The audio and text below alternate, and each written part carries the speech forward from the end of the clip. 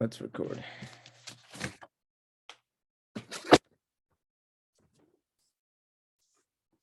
So let's get started.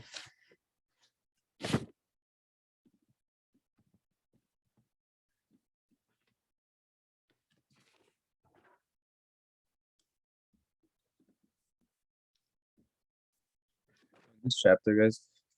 Conjugated alkene. Conjugated alkene. You're gonna see throughout the whole semester. After this, start with. So there's a couple ways to make conjugated alkenes, but let me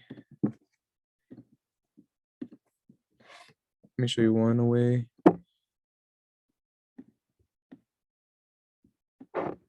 Just a simple reaction. It's not tested on this, like you won't get tested on this, but it's a good way to know what's happening. So this is terbutyl.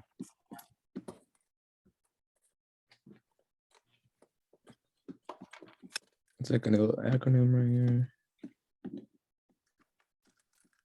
The bulky base, and then once you do that, you get conjugated alkene. Conjugation is going to be very important, like I said in chapter 17 and 18.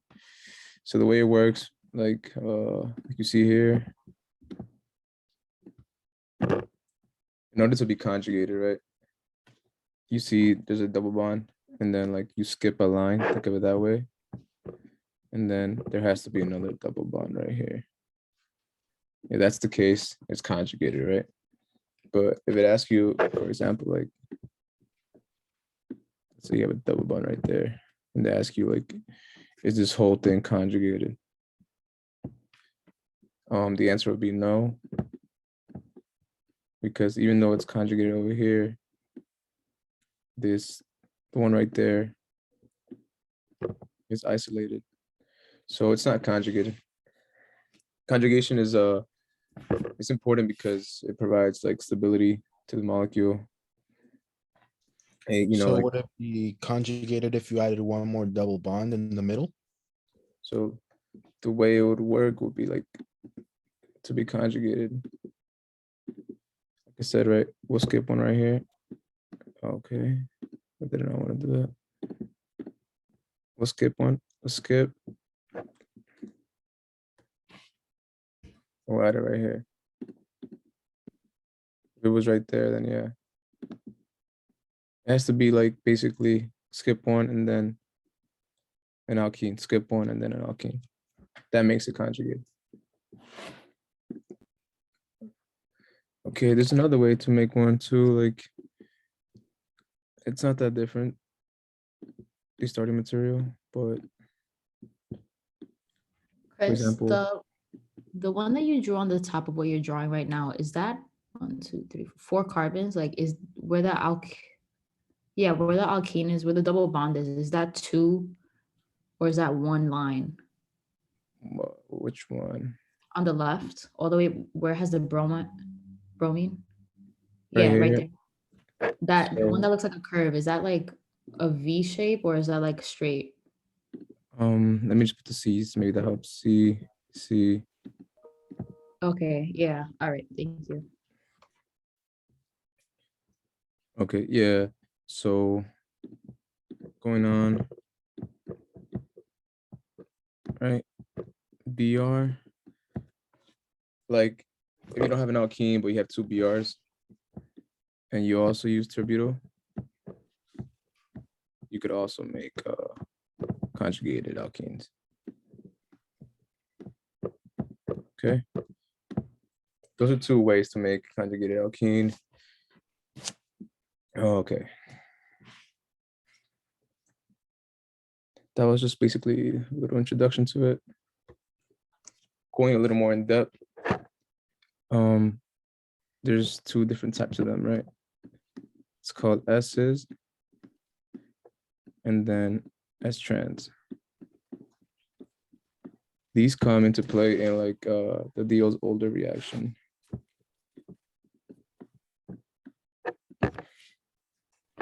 Right? So this looks like this. The trans looks something like that.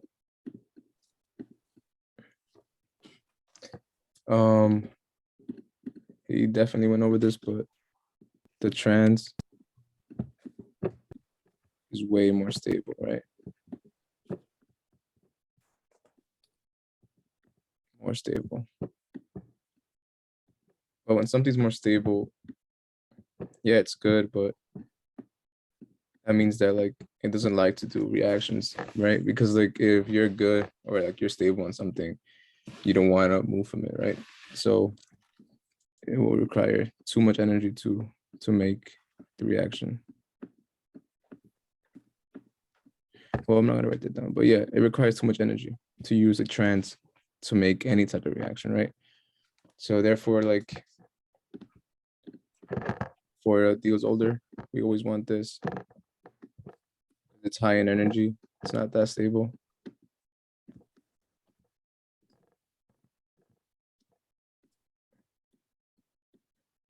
Went over the chemistry a bit because these questions are like a little more like thinking wise. Okay. Let's see. Before I keep going, right? Let's do a little example. So you guys see what I'm talking about.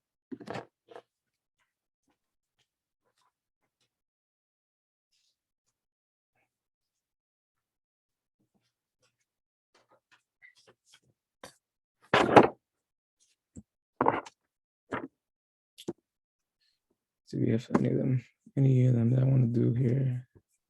So here I have like the list of all the problems, like the problem sets that I chose. So he put questions, like in the syllabus.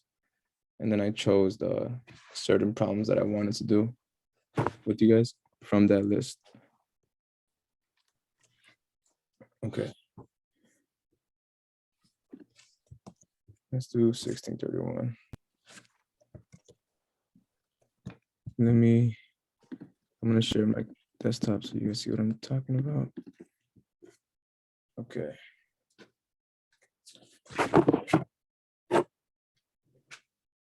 So that's your second problem in the problem set that he assigned for you guys.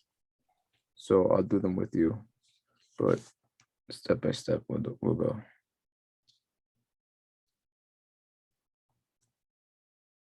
Okay.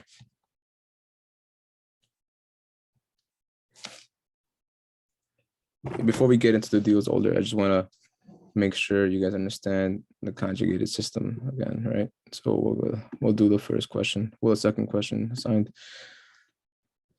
Okay, so I'm gonna label them 1, 2, 3, 4, 5, and 6.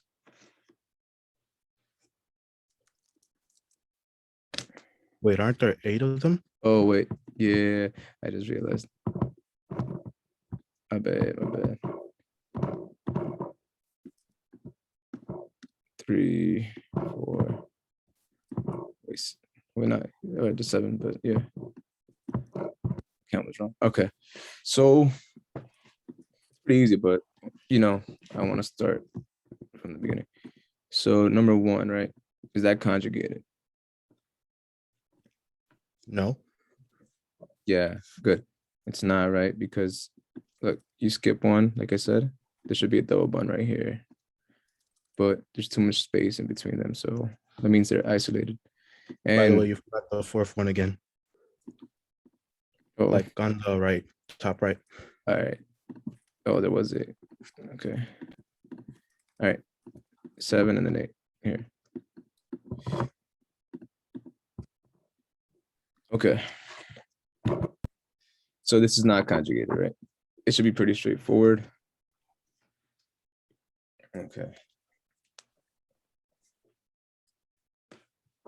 Okay. How about these guys right here? Number 2. Is that conjugated? Yes. Yeah, because if you skip one line, we skip this one. Yep, double bond right here. So that is conjugate. We go to 3. Is that conjugated? Yeah. It is, right? But you see 3 is tricky, right? I mean, it is conjugated. Like the question's right. Yeah, conjugated, good.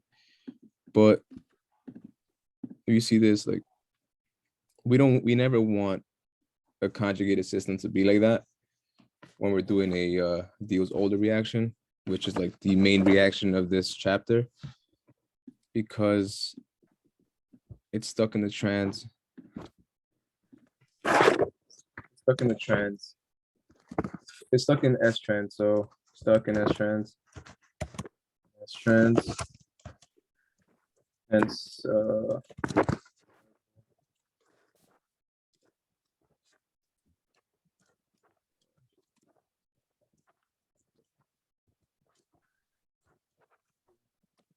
don't want that because I mean it's too stable and we can't do nothing to like shift it. Okay, so 4, right? Is that conjugated? Wait, for 2, the reason that we do want it is because like it can rotate in the middle, right? Correct. Oh no, but this is not. No, like 2, like 2's like there's no. I thought sister 2 was trans. trans. Like 2 is like it's not really sister trans there. Like it's not like you can move it around, you know what I mean? Like so 2 is like a little bit more complex. I wouldn't worry about 2. 3 is the one that he'll test you on because it's like in the scope of your knowledge. 3 is like stuck in a transposition, right? Because there's nothing you could do to make that untrans. Like 3 is it's gonna be stay in trans. So therefore we don't want that to happen. That's a common like example. So 3, keep that in your mind.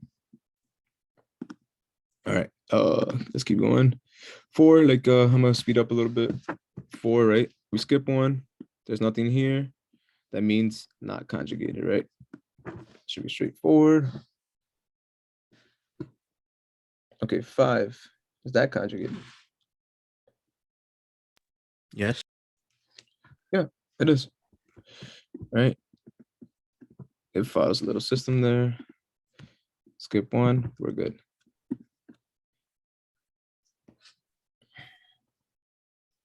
6, right? It's a little, it looks a little weird, but it's not conjugated, right? Skip 1, the double bond should be right here. It's not. Don't overthink it. Not conjugated. And then lastly, 8. Wait, 7 and 8, right? Yeah, 7. Clearly, it's well, you're gonna see this everywhere. Like all your reactions are gonna deal with benzene ring, right? So you have to get familiar with benzene rings. So that's a benzene ring. So that's like the best scenario of conjugation.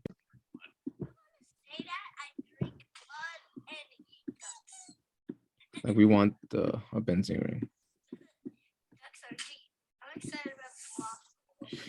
Actually, yeah, I don't need to write that down. It's just the best possible. That's what I'm saying. Okay, so writing that. All right. So clearly, that's good. 8, right? 8. Let's see, right? We have one right here. Skip 1. We're good. Yeah. Let me just skip 1. There's a double bond. Skip 1. There's a double bond. So it's conjugated. It's not a conjugated system altogether, but it's conjugated. Placed them with spy drones. True, yeah, but I mean, actually, the hard, cold data suggests that the U.S. government extinguished. Hopefully, this question wasn't that bad, right? It's your assigned question. It should be pretty straightforward. Let's see if I want to. Okay. Now that we, understand a little bit more the reactions that we need to go forward before I start this.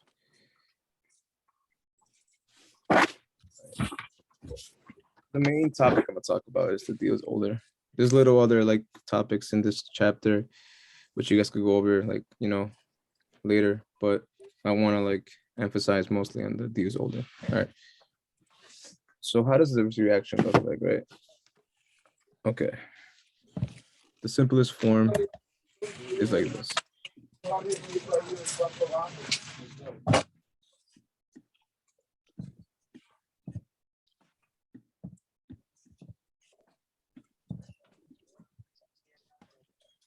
Okay, right?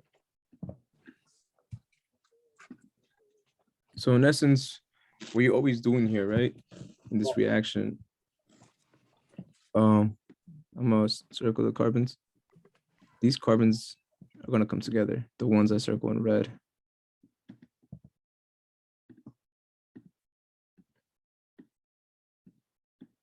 Right? Well, actually not those two, but these two. Like those arrows, I don't even know like how to make them, but you'll see them in the chapter. But yeah, in essence, what's gonna happen is those two are gonna just collide and make a reaction. And this reaction is called Diels-Alder reaction.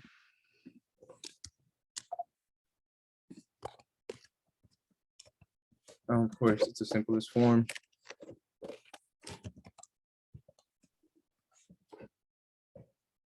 And once they come together, it looks like this, right? It looks like a cyclohexane with a double bond. That's what it looks like.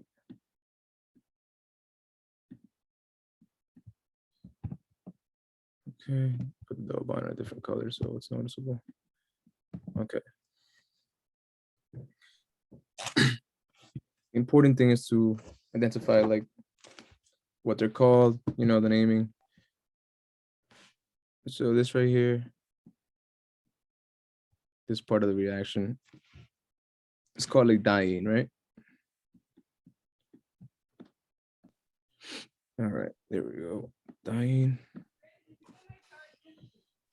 Diene. And then this right here, dienophile.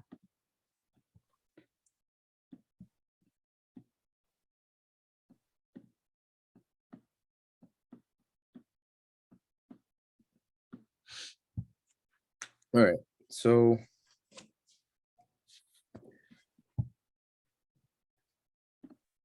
there's a question somewhere.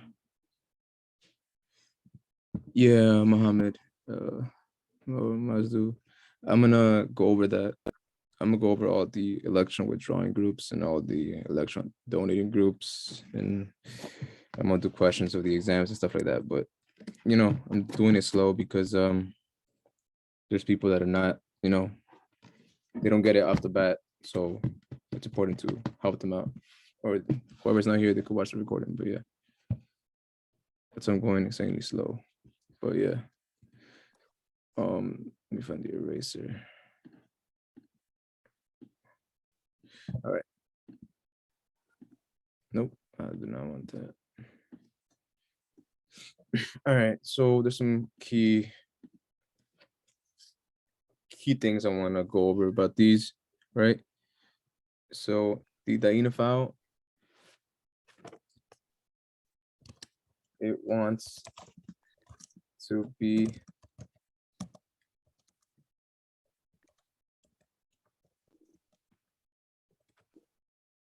electrophilic, right? What does that mean? It wants to be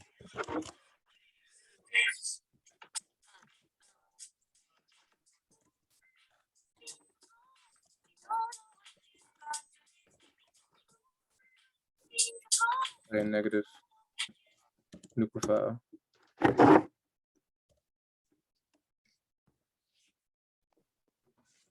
So that's what it wants to do, right? So how do you make something more electrophilic, right? A really, really good artist, and she loves to paint. She did this about 2 years ago. She does like little paintings for me, like this. Okay, so did do one of our bearded dragon. I looked at the chat and that messed me up. COVID. So this Salamand, your mic is on. in her Okay. room. It's adorable. Damn, I need to make a new note. I don't know why it's not working. All right, so yeah, so it wants to be electrophilic, so it wants to get attacked. Electrophilic means that it wants to be more positive, right? I didn't write that down. So in order to make that happen, magnetophiles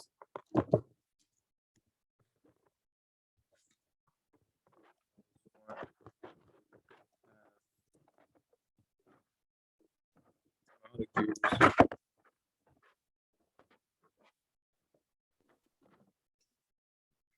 Oh no, I did the chat again. Wait, I can't. The chat. Okay, I'm gonna look at the chat one more time, but I can't look at the chat that much when I'm typing text because then I have to make another text. Can you mute her mic, please? Okay. I think she muted her mic. I don't want to say. All right. If you have a question, just let me know, like when I'm typing at least, not in the chat. All right. Let me erase this because it's gonna be messy. All right. So once again, diagonophiles.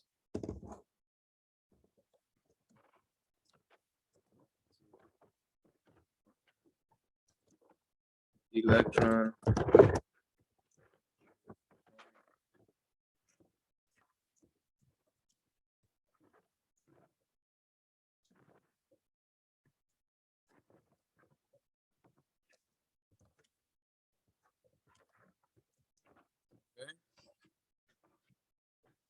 Hopefully that makes sense.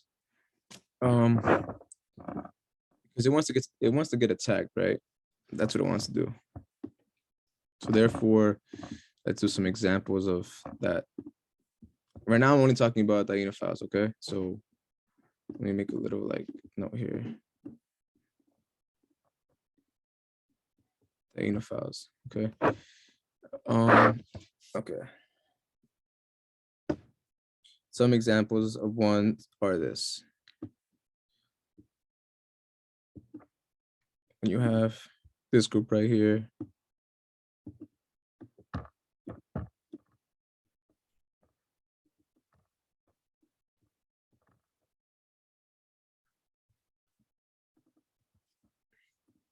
I assume they have a partial positive charge since they want to be attacked. Yeah, don't worry about the charges that much. Yeah, like you're right, but I'll show you right now what I mean. Right, I'll give you an example, one right here.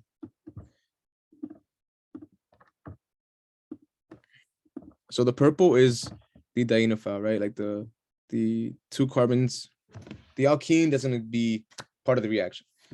You see something's attached to it, right? It's a carbonyl, it's like a ketone, or like think of it that way, it's just a COH, CO double bond and a R group right to the side.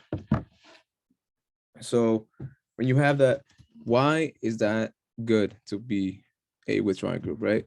Because see the OH, it's already sharing the most it could share, right? Without having any charges. So we know that oxygen likes to have electrons, right? It's polar, so it wouldn't mind having a negative charge, right? This goes back to like resonance. That's what's important. Remember resonance in Orgo 1? Remember when you were looking at the major contributor, you were like, oh, if they were tied in pi bonds, you looked at the second step, which was the charges, right? So if a carbon has a negative charge, it's not ideal. The same way, if an oxygen has a positive charge, it's not ideal. But if it has a negative charge, it likes that because it's polar, it's to do with electronegativity, whatever. So yeah, so this is gonna pull these electrons right here.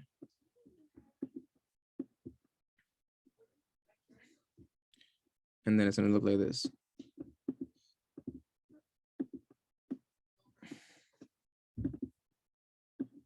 All right, it has a negative charge here.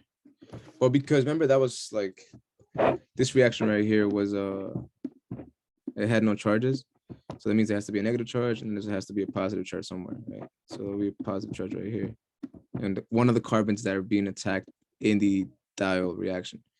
So like whoever said like partial charge, yeah, like that's what it means, do resonance and then you find out. So every time you don't you don't gotta memorize all the electron withdrawing groups because I didn't, there's like OD of them, right? What you gotta do is realize, like, for example, like, if you don't know the name of that or you didn't memorize that, just do this, what I just did, right? If you see that happens, like there's a positive charge there on the dienophile, then that means that it's a good withdrawing group, right? So that's what all it means, electron withdrawing group, that it pulls away the electrons. So I hope that example makes sense. One that's another one is this one right here. It's another example of an electron withdrawing group, OR, right? Another one.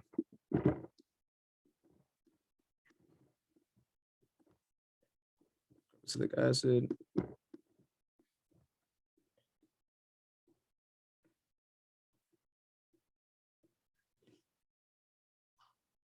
Needs to leave. Okay, sure. All right.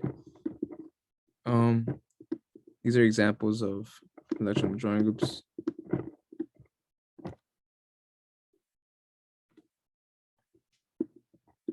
And NO2.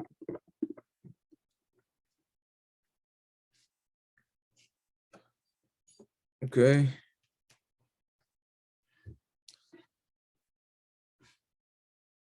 All right, guys. So that's mostly everything I want to talk about dienophiles for now.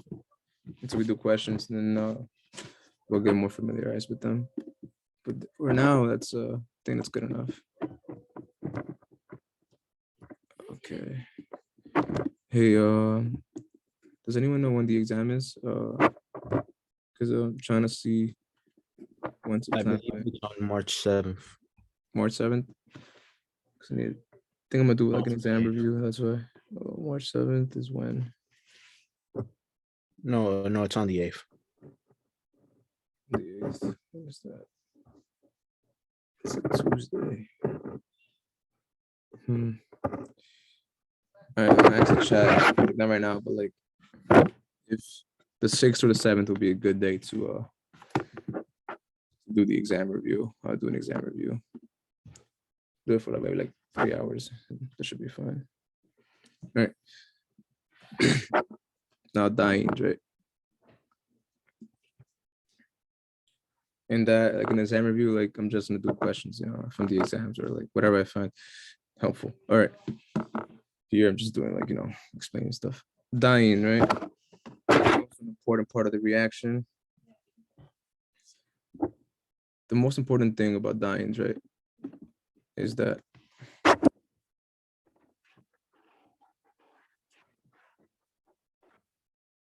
it has to be. It's this one.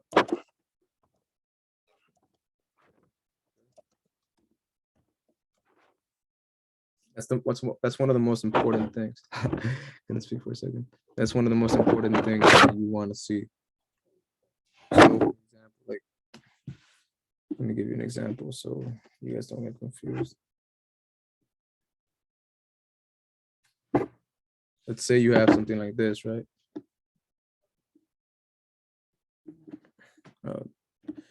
Let's do a little neater.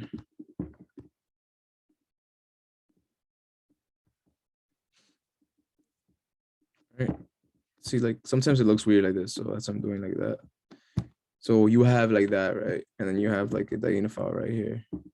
And then like combine this, right? They're like, there's gonna be a little plus charge right here. And he's gonna tell you combine this. You can't combine this right now because this is not in the cis form. It has to be cis, must be cis. Must be cis. So what we have to do now is we need to modify this. We need to make this cis. Remember, like, we were talking about it with someone when I was asking you guys. I told you like, oh, like a molecule was stuck in the trans. Like, we don't want this. In this case, we could move this around, right? Because It has double bonds, so sp2s, we could move around. So that's what we're gonna do. So must be cis, let me erase this. So the way I do these, right? Oh, if you find a better method, but I define like a line of symmetry or a line where I could make a cis, right? So what I'm gonna do is I'm gonna do this, I'm gonna cut this right here. And I'm gonna make this a little bit. And I'm gonna try to make this cis. So then next gonna look like this.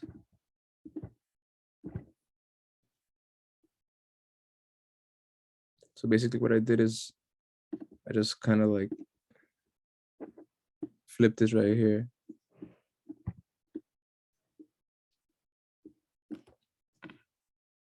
That makes sense? Cis is favored for deals older because it's unstable. Yep. It's less stable than trans, so that means that the reaction is gonna go forward. So the point of the reaction to be go forward is because the starting material is not like stable enough. Because or else if it's stable, what's the reason to make a reaction? So yeah. So that's an example what I just gave.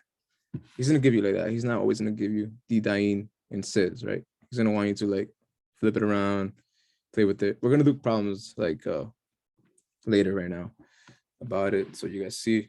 But we're not done explaining the dienes. But yeah, the dienes have this. Dienophiles, you don't gotta worry about flipping nothing really. The diene is the tricky flipping stuff. Okay. What else are we? Okay, yeah. So dienes. Dienes like electron. I mean, don't even.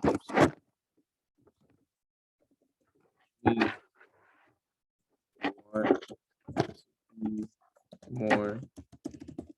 You want to get more electron density.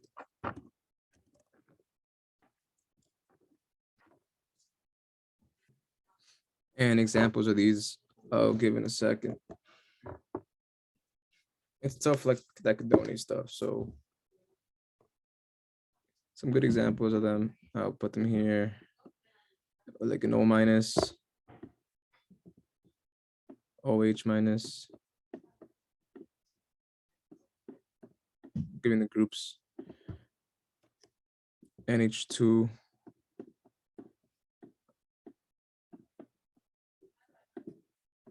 NR2. And OR. What is OR? OR could be an example of OR.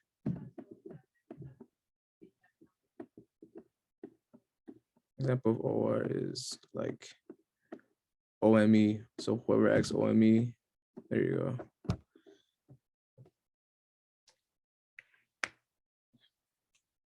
go. And a tricky one, right? R groups, right? R groups, like, you know, like methyl or like ethyl, whatever. R groups are also donating. So I'll put in like example. ME. Actually, I'll just put it like, whoa. What did I do? I don't know what happened. I think you stopped sharing.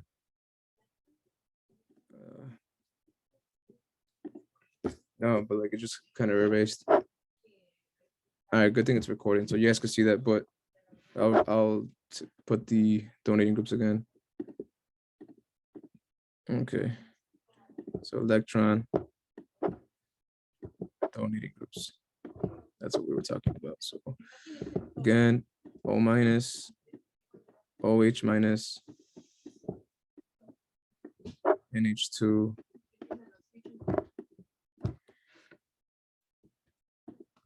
And OR, which are the most ones. And R groups, right?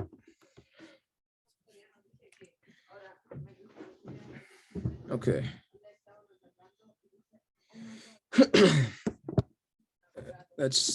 We talked about these. I pretty much gave you guys the general information about DTO's older reaction. So now we're gonna do questions to, like, you know, freshen up about it, and it's the best way to learn.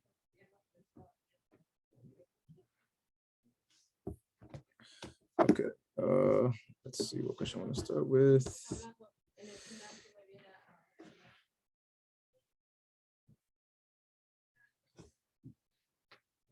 Okay. So yeah.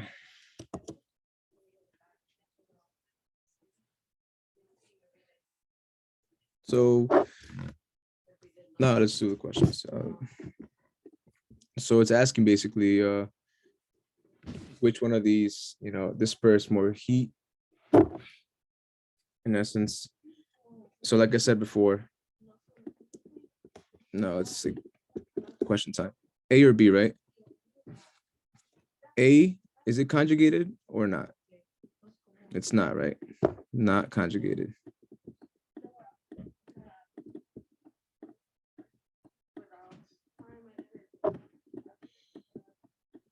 Not conjugated. Oh man, I hate writing this. Not conjugated. So therefore it's unstable.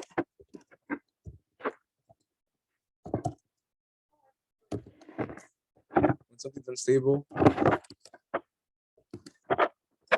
higher energy, and will disperse more heat. So in this case, it's talking about hydrogenation. Okay. So this question right here, you know, like I know he put the exams, but you know, any question he puts in the practice exam, I mean, the problem sets that he says to do are fair game, right? So don't rely heavily on the exam. Rely on the exams and the problem sets, right? Because he assigned them for a reason. So, you know, say it directly. Does that make sense? Because we went over this already, that conjugation is more stable, and these are conjugated, right? Because you skip one, double bond, double bond. So just identify A. I explain A, I'm not gonna explain B. Doesn't make sense. So which one has more heat dispersed? That one. Put in red so you guys see that. Okay. So any questions about this question? Shouldn't be that many.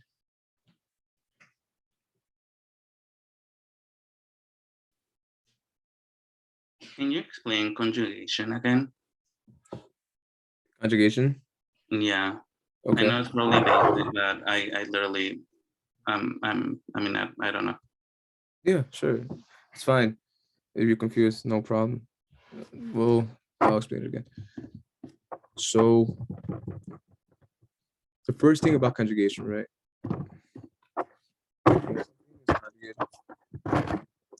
Many molecules actually.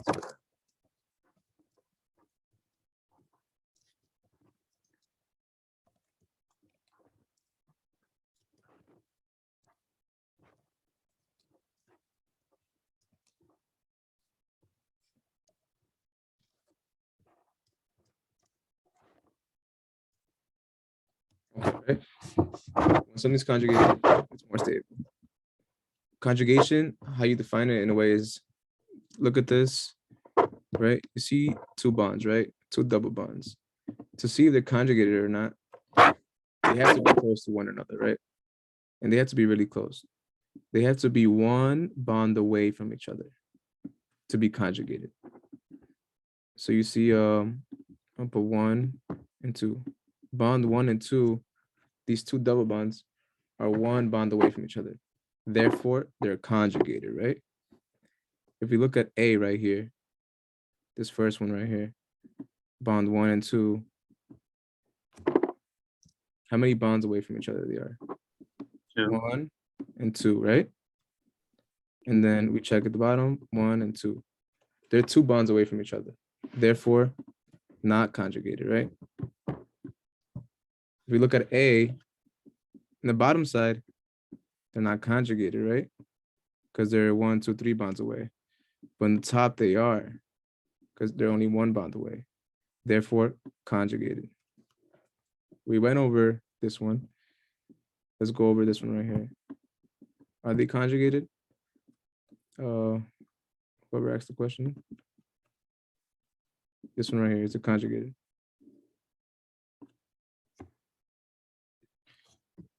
That one is not, right? Because it's 2. 1. Exactly.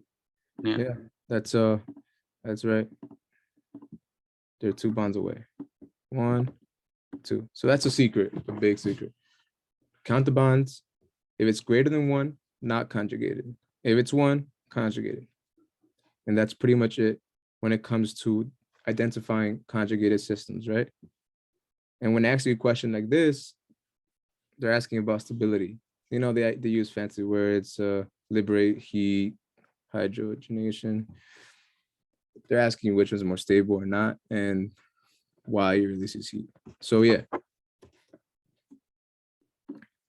So B will still be the best answer because it has one that is conjugated and the other one just doesn't have any yeah, conjugated. Okay, cool. yeah, you're right, bro. I have confidence because you have the right answer, so you're good.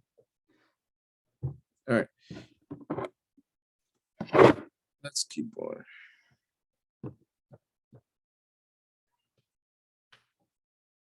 Let's see what should we do with these. This talks about like HBR. Well, that's a pretty. This concept is a different topic, but right now I want to do this because I want to explain these. Oh yeah, this is a good question too. I'm gonna put a star in it, and I don't want to say it anymore because I'm recording. All right, just keep this question in your head, guys. All right, it's a good question. It says each of the following compounds does not participate in a diene as a diene. Why? Right. So let's do A first. It's saying A is not a good diene. Why? Why is A not a good diene? Let's look at A.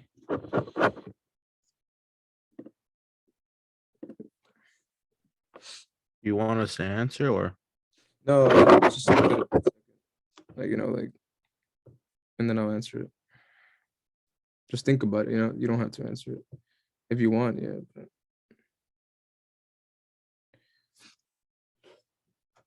All right, so now you guys saw it, right?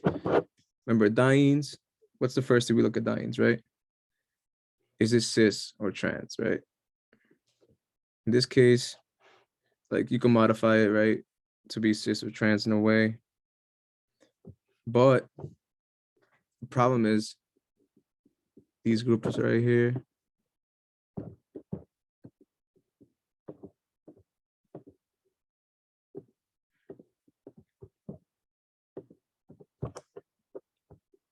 They're way too big. Group.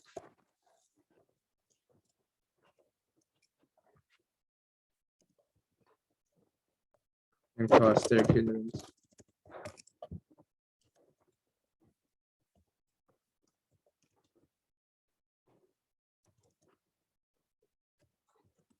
What does this mean? Okay, so basically, terbutyl is such a big group that we cannot modify that to make it S cis, right? That's not gonna happen. It's too big. Therefore, like, sort of topic but like idea I want to go over here. That's why I chose this problem. Like when it has groups that are way too big and it's not in the cis form already, then it could not go forward with the reaction because of steric hindrance, right? So low reactivity. Right? Yeah. Not reactive. Yeah, it's not low, it's not reactive because it's group. All right.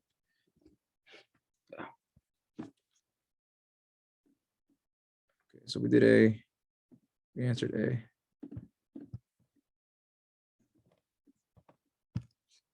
B, right? B is pretty simple. For a Diels-Alder reaction, obviously, you know, they have to be conjugated. That goes without saying. So B, is it conjugated? Let's check. 2 bonds away. I'll put 2B to represent the bonds. Oh.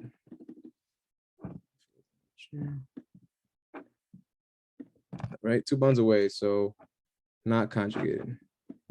That's the reason. No conjugation.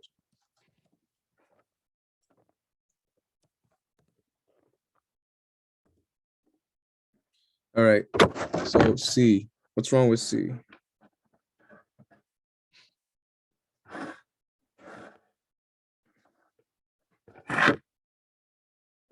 So the problem with C, what's up? Let's see. The problem with C is that we can't make a cis. If these weren't here, these methyl groups weren't here, yeah, we can move it around and make it cis, right? Because you know, there's nothing like preventing it. But those methyl groups, they provide a steric hindrance. The same thing as A, right? Because we already have big cycle groups. Plus those methyls, it's gonna be way too much like space, a little space to like move around. So therefore, you know, we can't do it. So C doesn't work again because of the bulky groups.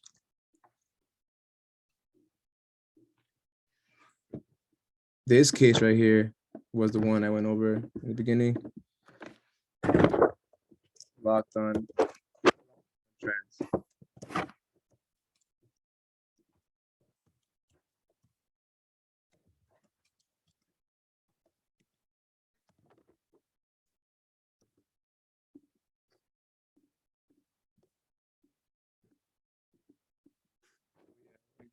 There's pretty much nothing to say for D, just that if you see this, if you look at any way possible to shift that, nah, it's gonna stay in the transposition.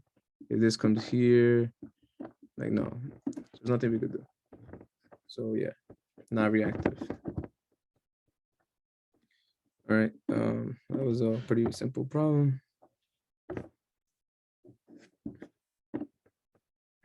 All right, we're gonna do 1640.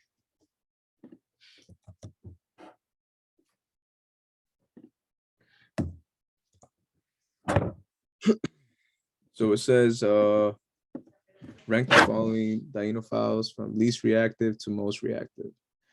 And then yeah, in terms of reactivity and a Diels-Alder reaction. All right. So again, the dienophiles, every time you hear that name, think electron withdrawing groups, all right?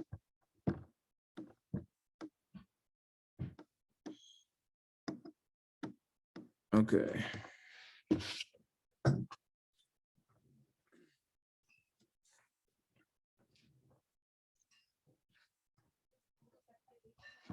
See how like it's not clear here. So if you don't see it that well, just do it like that.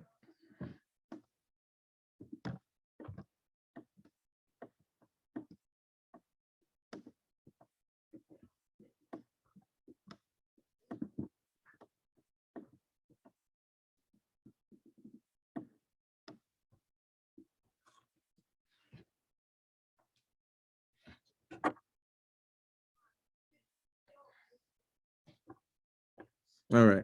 Yeah, so they're equivalent. I didn't do nothing. I just changed the position, right?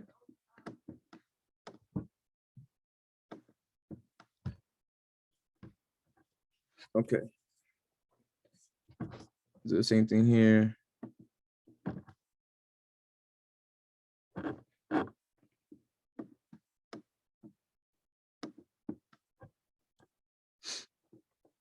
Same thing here.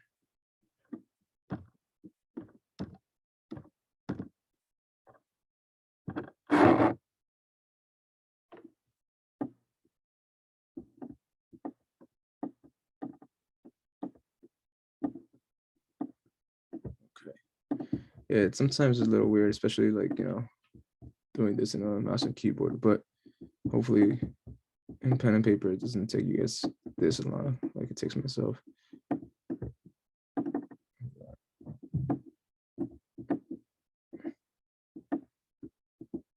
All right, I kind of adjusted it, making it, more seeable. So like I said, Diena files, adjusting it just helps you answer the question. But in Dines, you have to adjust it into like a sys form. All right, so let's keep going. Which one has the most electron withdrawing groups, right? So let's see. So over here, we have one of them, right? Why? I went over this already. Because this double bond, that O could pull in more electrons, right? It's already sharing 4 electrons with that carbon. So it's gonna pull them. So that's an electron withdrawing group. That's identical. And that, this O right here doesn't play because it's not doing nothing to this. Here we have a methyl and a methyl. Methyls, what are they? They are R groups, right? Like I said, what are R groups? They're electron donating groups. So let's do a little note. 2 electron. That's how I answer this question. 2 electron withdrawing groups. 1, 2, 2 electron donating groups, right?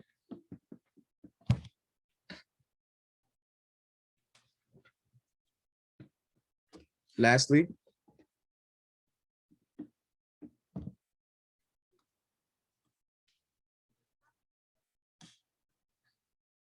we have 1, and then I'll use a different color because they're not the same groups.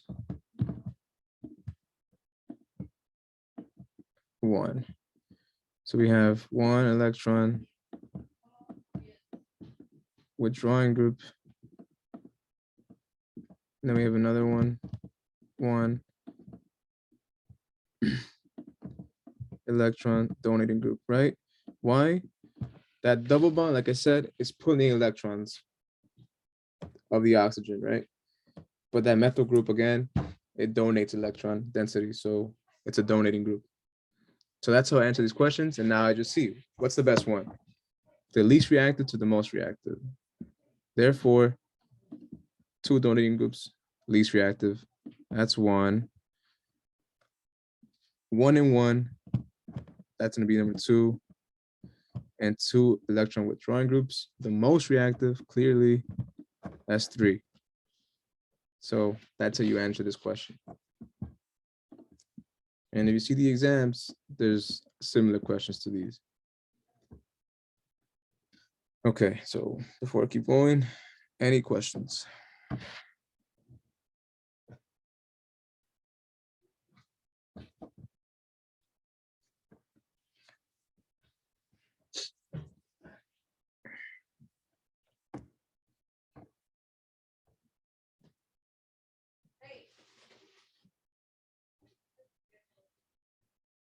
No questions? All right. Let's keep going.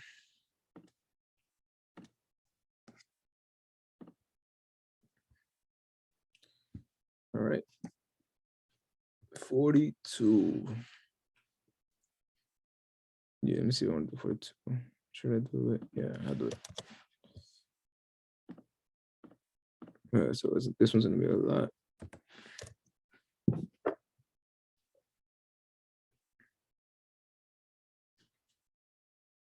Let me see. I should go over this one or not. Okay.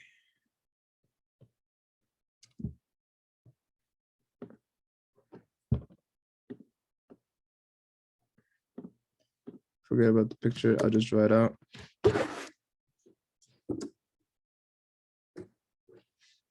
we're gonna do A. I have it in my phone too, so. Okay, we're doing this one right here. We're doing problem 42. So let me just, I guess I'll put it here. So you guys rewatch the recording. We're doing 16.42. All right, let's continue.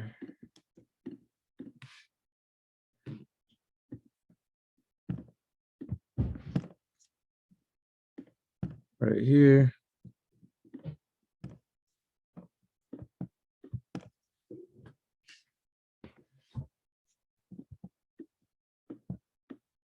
So we have our diene and our dienophyte.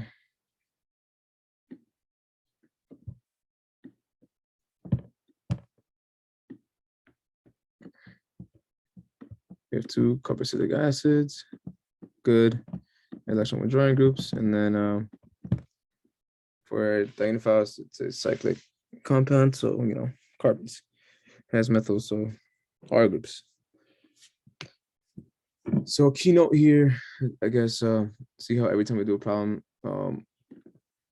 more situations pop up, right?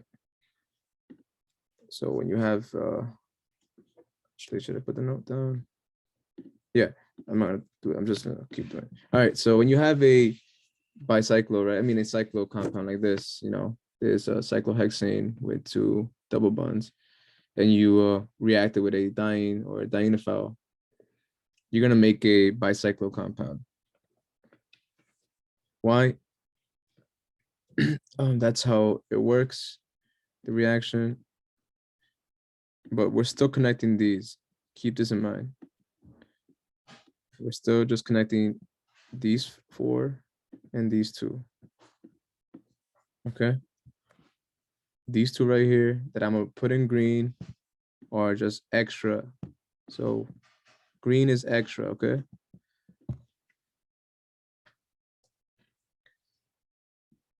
So the way I draw these, I just do it like this.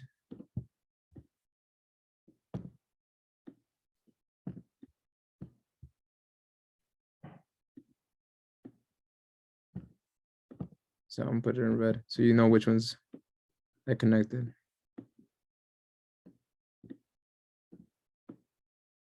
And then these two over here are these. See?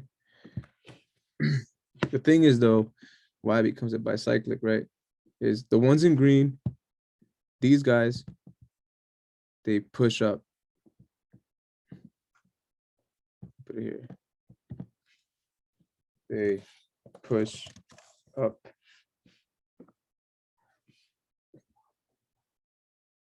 What does that mean? That it's gonna look like this.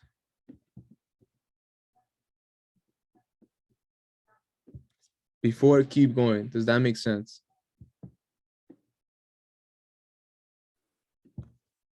Someone Yeah. say yes or no, because I need to know if you guys are getting this or That makes not. sense. All right, good.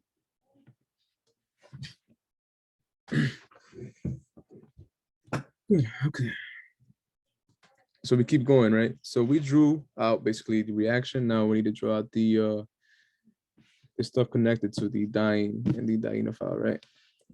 So in this case, the diene is done, not the dienophyte. We have two COHs and they're trans from each other, right? So when that's the case, we don't care about endo and exo when they're trans from each other. Because you see, this COH is pointing like opposite ways from this COH. So we don't care about endo and exo here. So here we have COOH.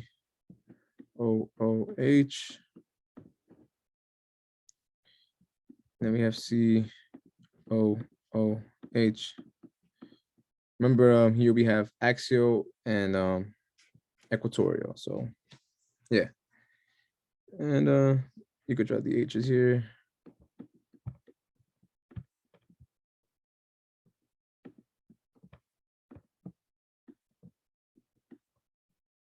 All right, guys, so that's pretty much A from 16.42. That's A. There's really nothing much more to say besides what I just said. All right. Actually, no. Okay.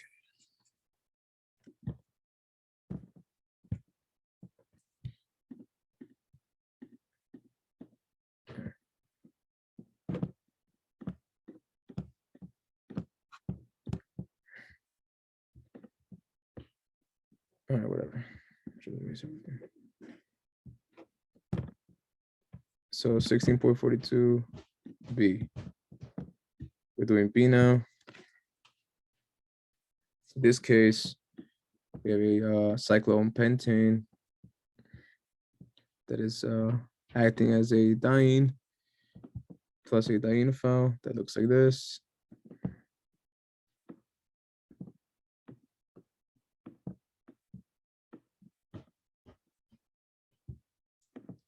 And then another one that looks like that, carboxylic acid.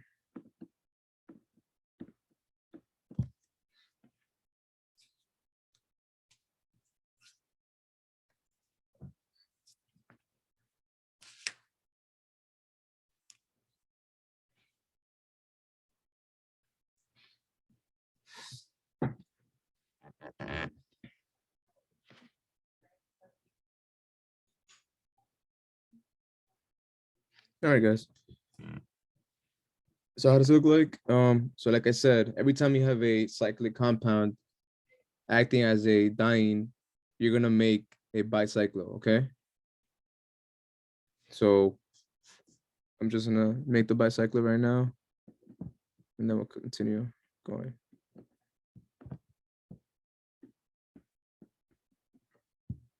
You always want to double check, right? So 1, 2, 3, 4, 5, 6. And this one right here is the one that's missing. So this case, okay, this case.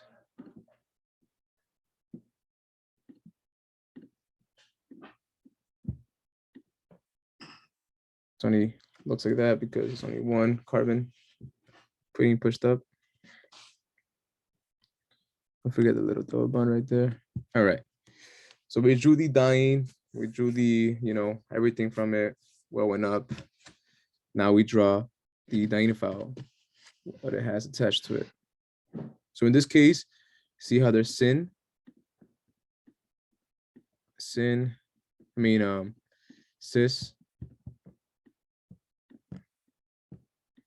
Therefore, there's cis, right? So this case, that's when the endo and exo come into play. Endo better, okay? So the endo position, I mean, you guys literally just went over this. So, you want the groups to be going down. So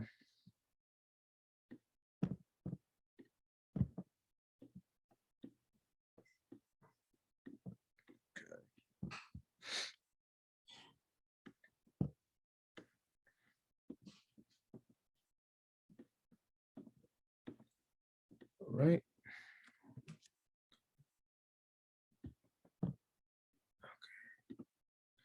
There's supposed to be an H right here, so I'm gonna just put it here for now, but yeah. It's supposed to be outside, but for clarity, I'll put it there. All right. Any questions for this problem? Endo just means they're both facing down, the groups. For the test, do we have to draw both endo and exo and then circle endo, or do we just draw the endo? So in the test, right? He says draw the best one, right? Okay, So what's better, endo or exo? the endo. That's right. So if you draw the exo, you get the question wrong. Right, okay. So just draw the endo, don't draw both, and then Yeah. circle. If you ask the best one, like it says in all his exams, draw the one that you think is best. Okay, thank you. No problem. I mean, don't be afraid to if you know the exo, for example, if you're stuck in the example in the question in the exam, just draw the exo, right? He's not gonna penalize you and not give you credit at all. He'll give you half the credit, right? Because you got the process right, but you didn't get the best one. So Yeah, hope that helps. All right, let's keep going.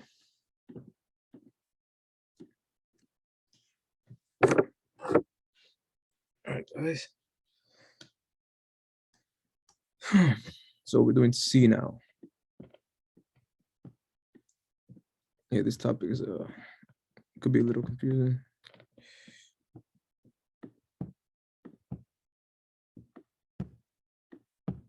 All right, that's our diene. Our diene file.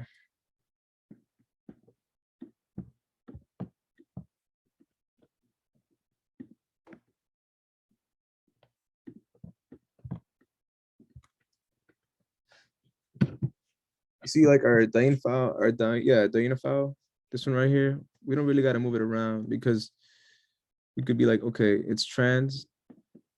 That's all we need to know, right? If it's trans, we good. So, because we just dropped one going up, one going down. All right, guys. So in this case, we don't have a cyclic compound. So we know we're going to make a cyclic compound. That's it. All right. So the first thing you want to do, right, to not mess anything up, draw the cyclic compound.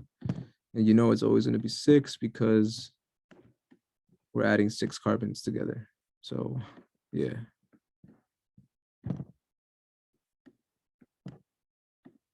All right.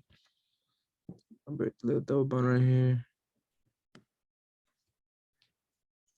All right.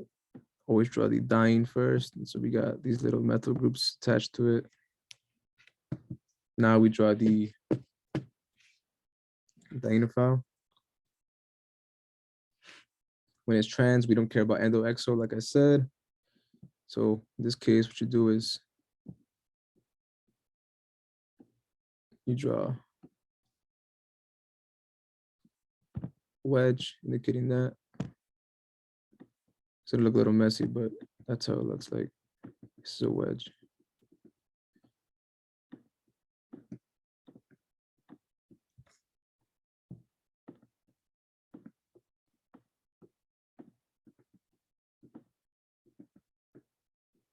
That's not a wedge. I'm just indicating a methyl group there. So that's the answer for C. So what happened? The diene file mixed together. Our diene had 2 methyl groups attached to it. We put that there. Our dienophile had a trans position. So we drew both our ketones, one opposite to each other. So one a wedge, one a dash. So everything checks out. The question should be right. Wait, I have a question. Go So ahead. I thought that you had to make a cyclic compound whenever the dienophile and the diene both had like substituents. Is that not true? See, yeah, okay, so the substituents, they're just like they are, like they're not important, right? They're just part of the reaction. We care about what's going on with these 4 carbons, right? See these 4 guys right here? We care about those 4 carbons, and we care about these 2 carbons, right? If our diene, right? If it's already in a bicyclic compound, if it's already in a cyclic compound, right? For example, it's like this, like I said. And then there'll be like a double bond here and here. If it's already like that, we can't break that and make it not a cyclic compound anymore, right? Because breaking a cyclic compound is bad for a reaction because a cyclic compound is already stable. So like you said, it's kind of like intuitive. I get where you're going at, like, but no, like it's just a rule. Like a bicyclic compound is going to be made every time you have a cyclic compound. So let me just kind of say it again, but I'm gonna put it in the words right here. So you guys have it as notes. When your diene is a cyclic compound, we don't care about the dienophile. That doesn't matter.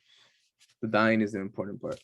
When your diene is a cyclic compound, then you will always make a bicyclic compound. There's no exceptions. All right. So for the diene, what we did was made it from trans to cis, right? Yeah, that's also like a separate thing. Like our dying must always be cis. Right, because in this example for C, it was trans in the beginning, so we changed it to cis, What- right? I mean, it was always cis.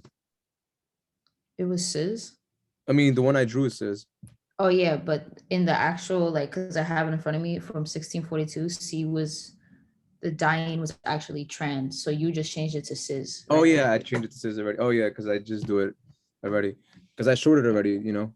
So I assumed that you guys got that part because I showed it. But yeah, like I said, you know, it has to be cis, but it came intuitive to me to just put it cis. All right.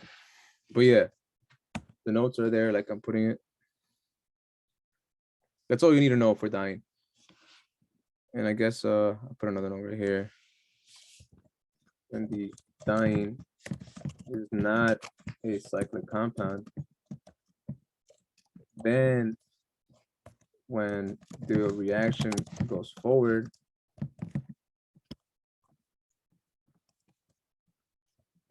it will make them.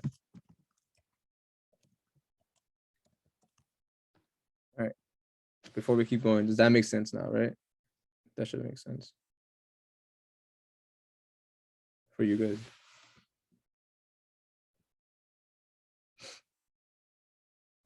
All right, I'll take these signs as yes.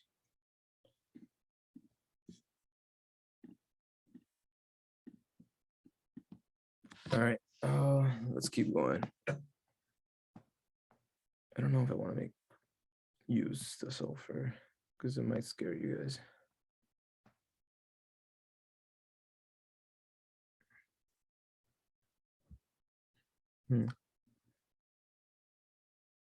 Yeah, I won't use sulfur. I'll do E instead.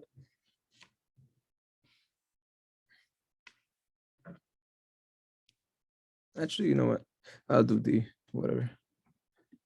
Sulfur is just the atom anyways.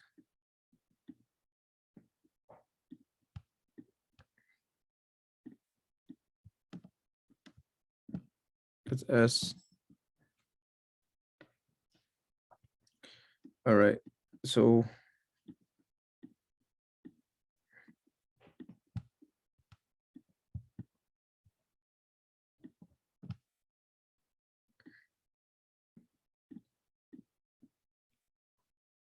all right. Let's put the S in a different color because I'm gonna confuse.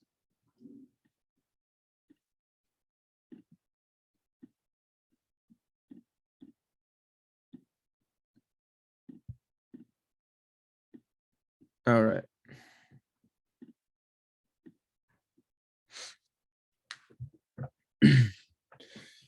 So we have here a pentanol, you know, cyclopentanol, you know, like the shape.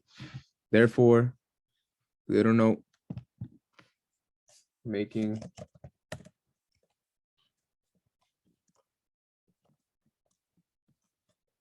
right. All right. So let's draw the bisect first. There's no need to wait for that. So because it's five sides, S or S. So we have that there. So we drew all the components of our diene. Now we need to draw our dienophile components. So, you know, look at this. We'll say for both cis,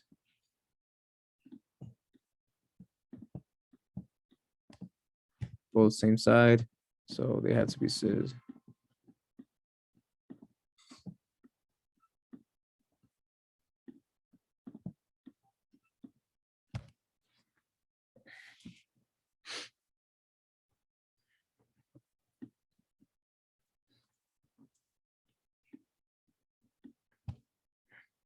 All right.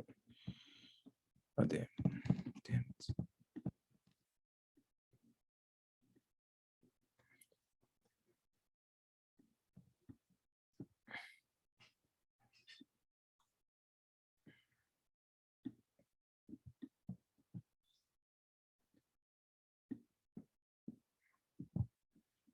It's messy, but that's what it looks like, right? Because why does it look like that? Weird, because endo position.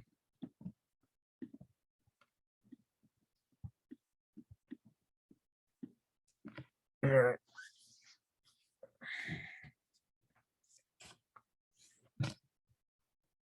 So yeah, that's the Chris, I have a question. Mhm. The where you said both are the same side, they're cis. Can you explain that? Yeah, sure. So you see like these two lines that I'm highlighting in blue, right? They're the components of the file, right? So they're both like going towards the right. For example, let's say there was a, I don't know, like another one right here. Then they're no longer cis anymore, right? Because Okay. now they're different sides. Yeah, I Does see that it. make sense? All right. That's what. Don't worry, we still got yeah, we still got some more.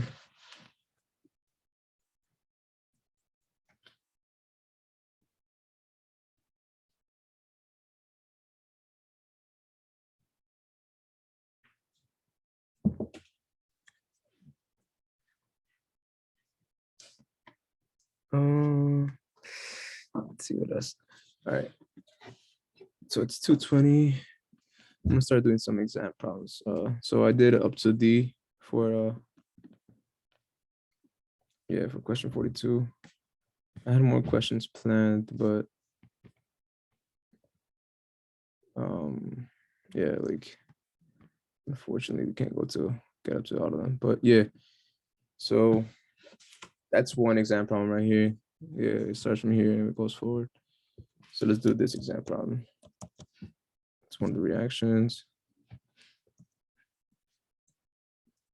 So yeah, exam problem one.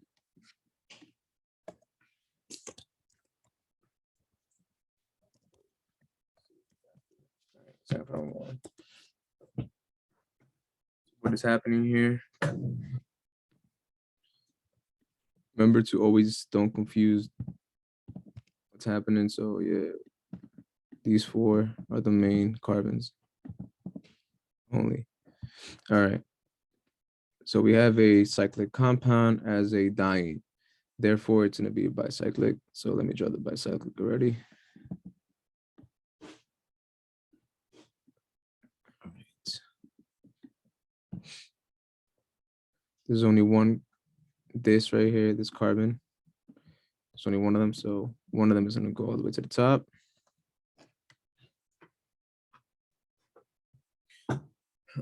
Because this goes to the top, that means that both my OMEs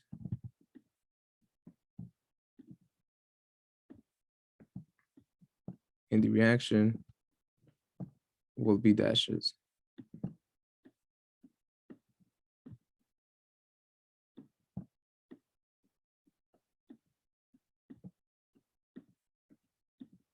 Or going down.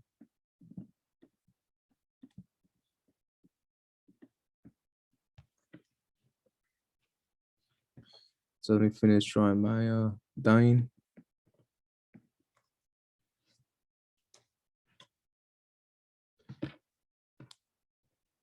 Let's not change the colors. Okay.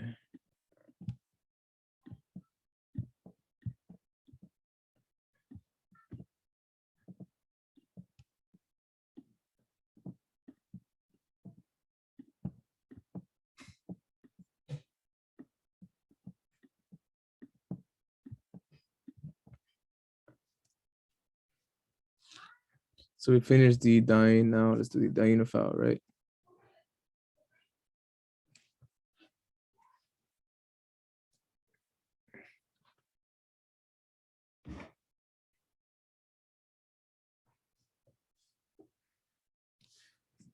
All right, so here we have only one group attached to it, right? So we draw this, it's gonna look like that.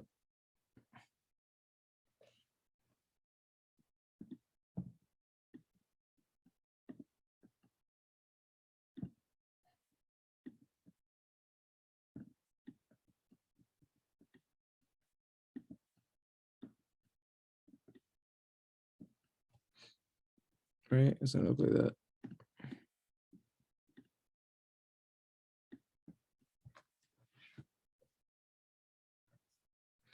So that means it's facing down, right?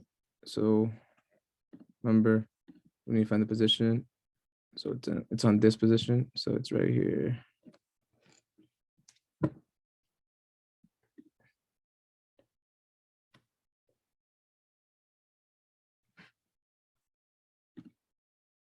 Let's put it in red again.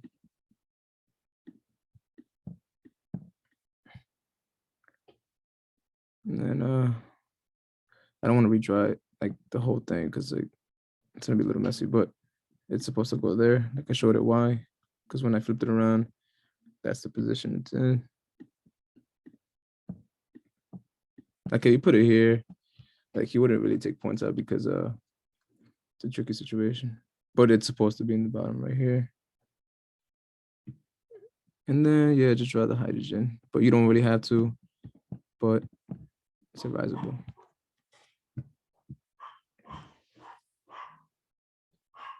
But to say what happens again. Wait, hold on, my dog is barking way too loud.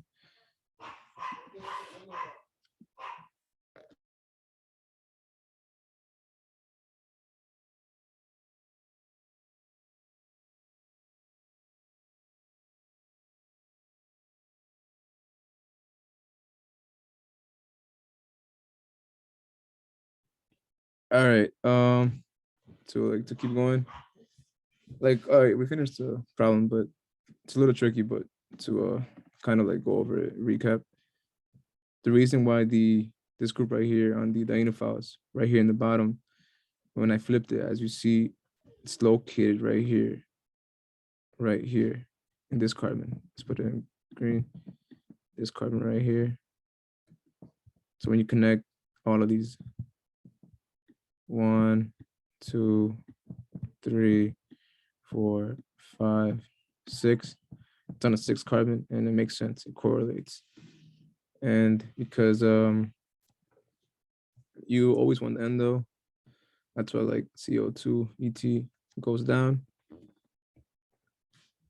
and that's pretty much it right now for that problem. Now let's keep going. We still got like 25 minutes left.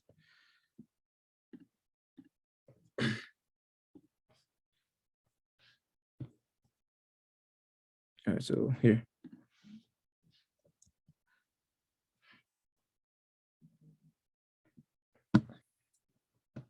Let me answer this problem right here.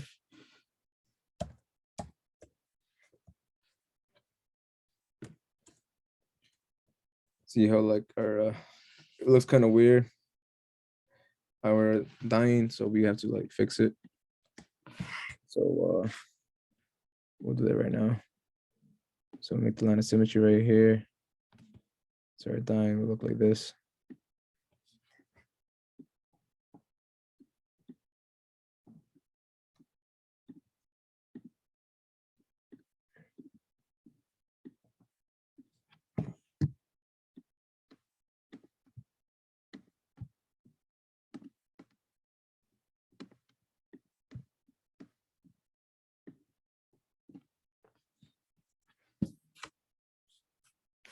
Hopefully that makes sense by now.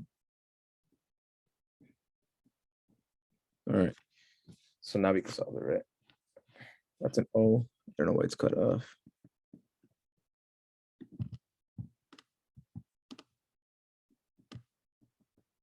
Okay. So yeah, so we don't have a cyclic, so we're gonna make one.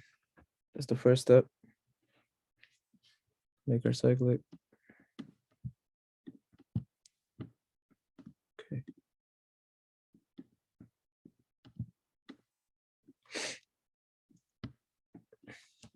So this method right here is going inwards. So that means that it's gonna be facing up.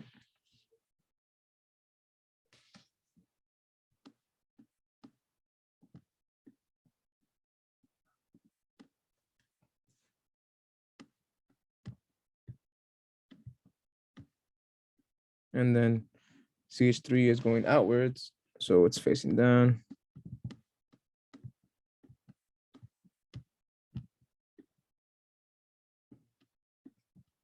So you guys see what I'm talking about. And then we finish the diene, all the components of it. So now we go to the diene file. So there's sits, right? So that means the endo product has to be in play. That's pretty easy. So that means they have to be like that.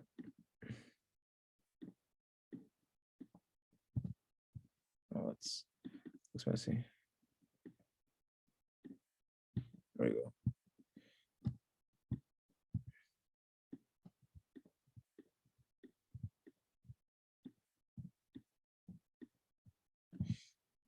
Okay.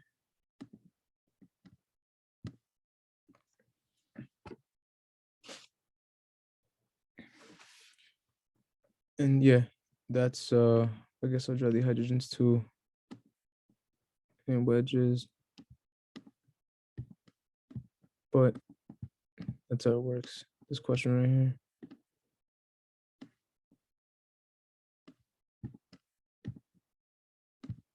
So once again, they're dashes because these two on the same side, the one I'm highlighting in blue.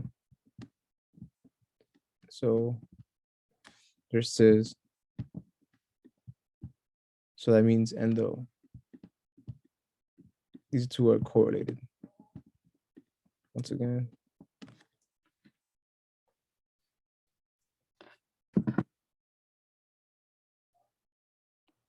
All right. So that's an exam question I did, two of them. Let's see another one.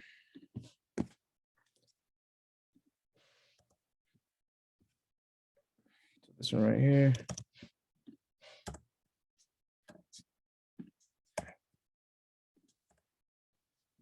So this one he asked so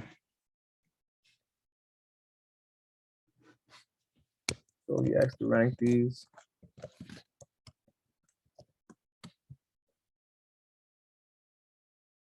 From least to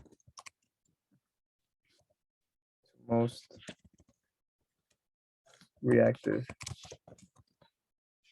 dienophiles.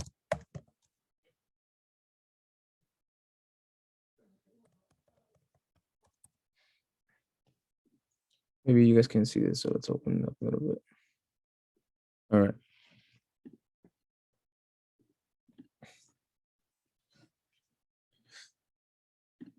Okay, so let's keep going. So we know that dienophiles, they like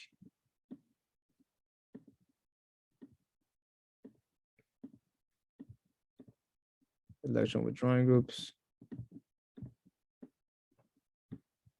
We did a similar problem to this, you know, the problem sets, but this was an example question. So how do we do this? So here we have 2 electron donating, but it's weak because methyls are not that strong donating groups. All right. Oh, what do we have here? Over here we have 2 electron withdrawing.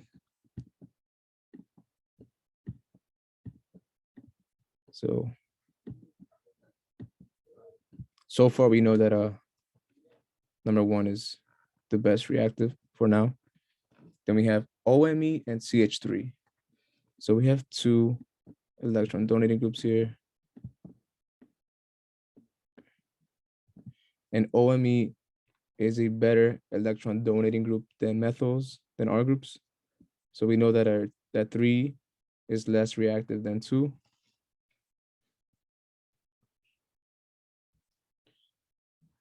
Moderate though. It's not the strongest, but it's moderate.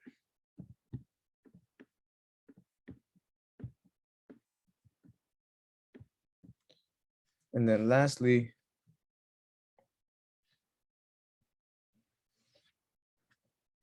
we have an electron donating and one that is withdrawing. So we have one EWG and another one that is donating, the methyl group. So now we just rank them, right? The least reactive, like I said, should be the two moderate electron donating groups. Then should be the two electron donating groups that are weak. And then the 1-to-1 ratio should be third reactive. Lastly, the most reactive is 4. You could double check with him, but yeah, those are the right answers.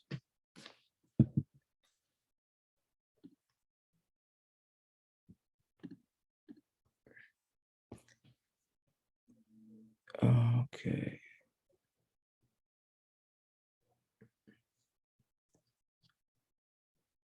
So I did these already.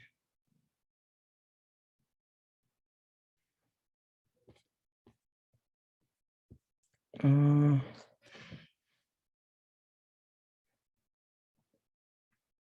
we did plenty of the problems. The rest are repetitive. And he's behind, so I don't want to go into orbitals. Did he go over orbitals? You mean like LUMO and HOMO? Yeah, Yeah, he went over those. he did. Yeah. I don't know if I should start doing those right now. Or I should do those later.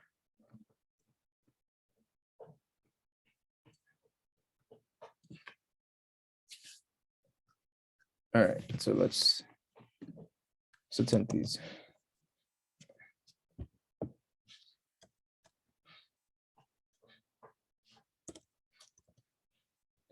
So this is the LUMO and HOMO groups.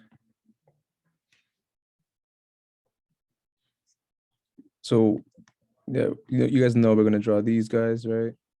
So keep them in mind, right? The first thing that people get confused about these, just an example, like is like how many you're supposed to draw of these, right? So when it comes to these, like the way I answer them, right, is I just count how many like atoms are in play here, right? So we have 2 double bonds. So that means there's 4 like connections going on here. If you think about it, there's 4 carbons in play here. So therefore, I know that there's gonna be 4 of these.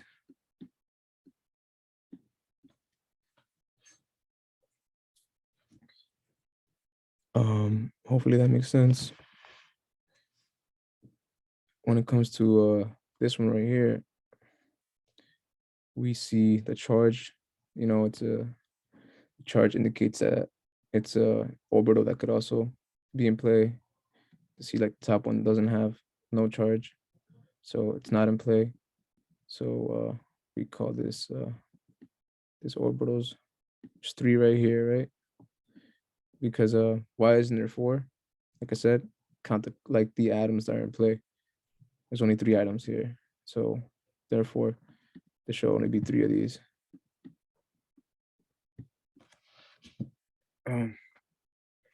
Okay, so then you need to draw like the energy levels of them, right?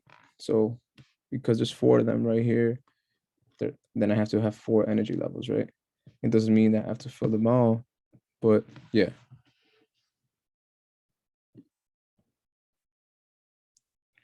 So now that we know that, let's start filling them out little by little.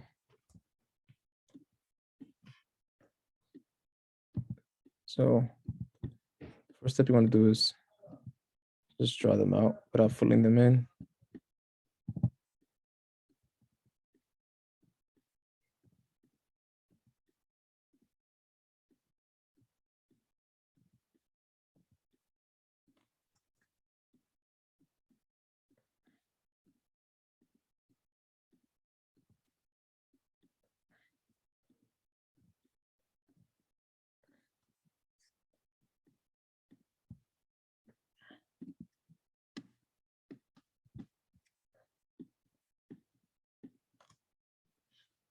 So far, do you guys understand why this has 4 and this has 3?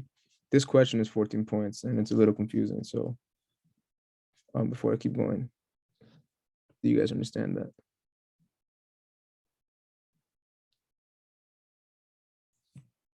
Yeah.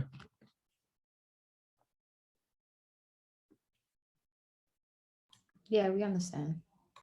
All right, good. All right. For example, like if this wasn't negative here, and just like it was just like a double bond, then there'll only be 2 of them, right? Because there will only be 2 atoms in play.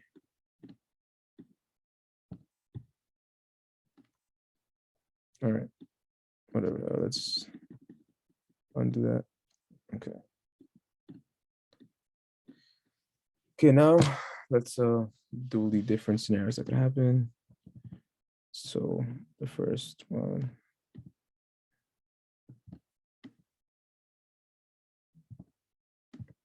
Filled up.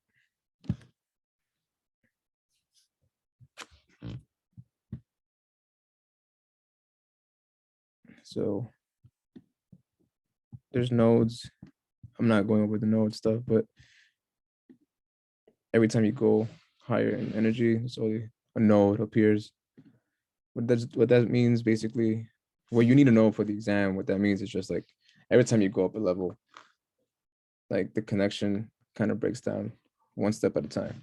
What I mean by that is, see how like in the first energy level, everything was like correlated. They all look like kind of equal, but now we have a node over here. So there's one disturbance going on, only one though, right?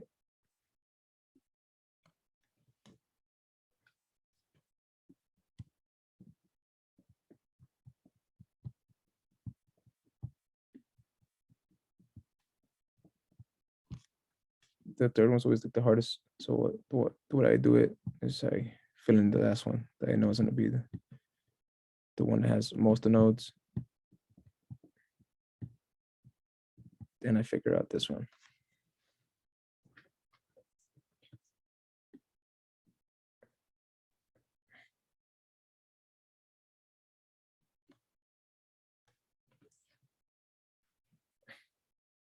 Oh, damn.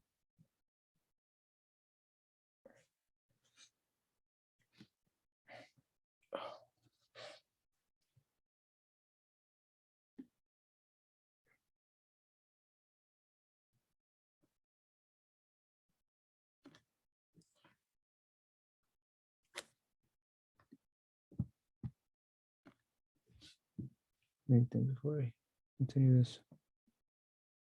Oh, there we go. Now I know what to do. Hold on. I don't want to trick you guys. There we go. So these stay the same. This one changes and this one changes. Wait. Let's try them better. The way he drew it in class, it was 2 filled in on the bottom for that row. Is it the same here or? Give me 1 second, okay? Let me try to show you guys clear. It's just that it's hard drawing in my computer.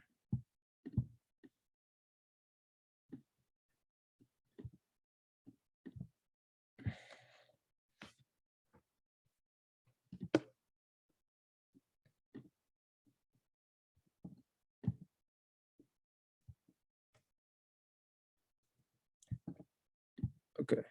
Now, can you ask your question now? Yeah, for that one that you just, those 2 that you just drew in the middle, he filled out both of the bottom ones and the other ones the same way that you did them. Just the two in the middle, he put. Let's see what you're talking about. Okay, hold on. Yeah.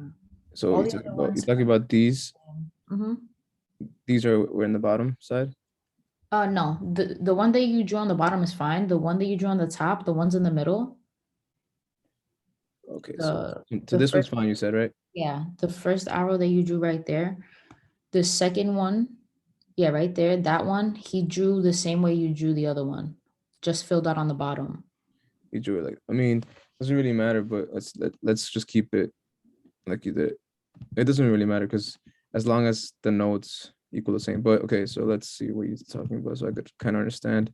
Make sure that he did it the same way. Okay, so he said this is in the bottom. Yeah, he drew it like that. I was just wondering if it was the same way for this. Yeah, it's the nodes, right? So this changed and this changed, right? It's the same thing, but if you look at mine, right? So you see how here there's two disturbances. Let me show you. Like it changes here, so it's one disturbance, and there's another one right here, right? But what I did, so you guys understand that my way makes sense too. So just in case you guys like my way better, it doesn't really matter though.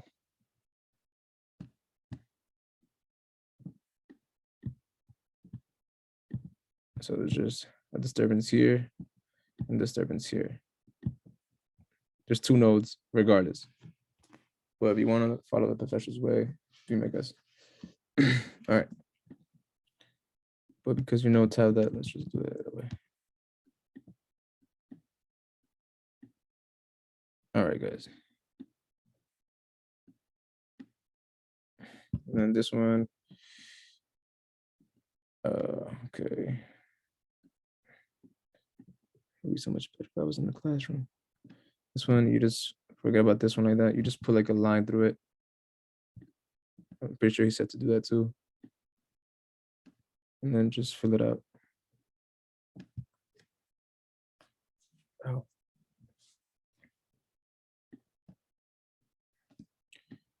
The most important ones are the last ones. Okay.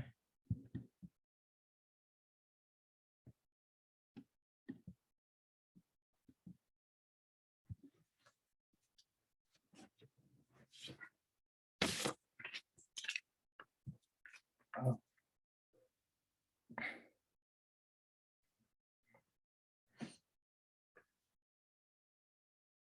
Oh man, oh, it's.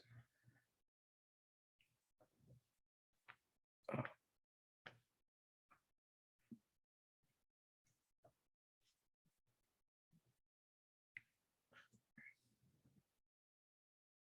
All right. So now we just fill in the electron.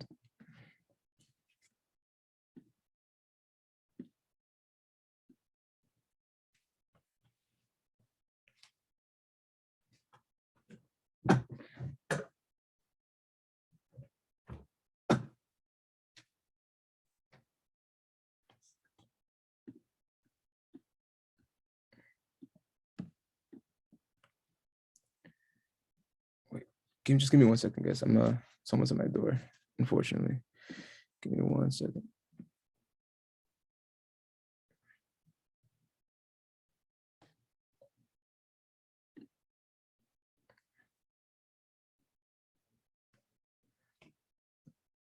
Let's put this for now.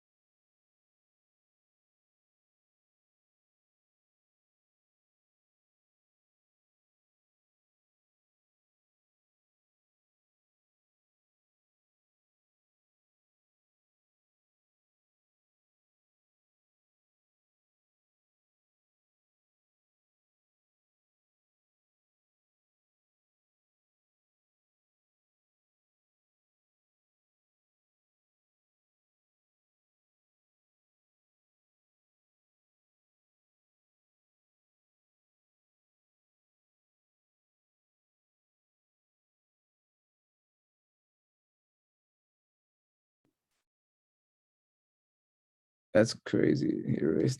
I'm back. But no way. Did it all erase? Wow. Jeez. Give me a second. My roommate doesn't listen.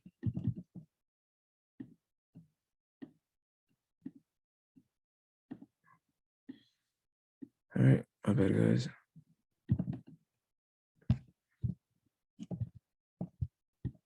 Yeah, but like I was saying, he always asks this question, so it's an important question. All right. 2, 3. 1, 2, 3. 1, 2, 3. All right.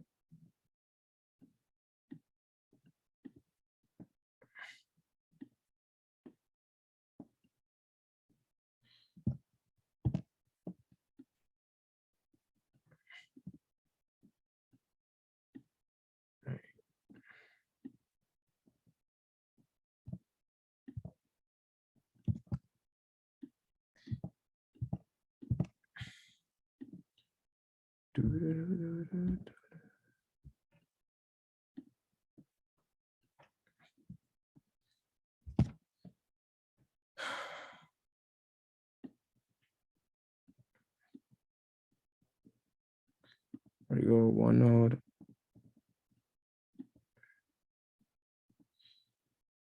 One node.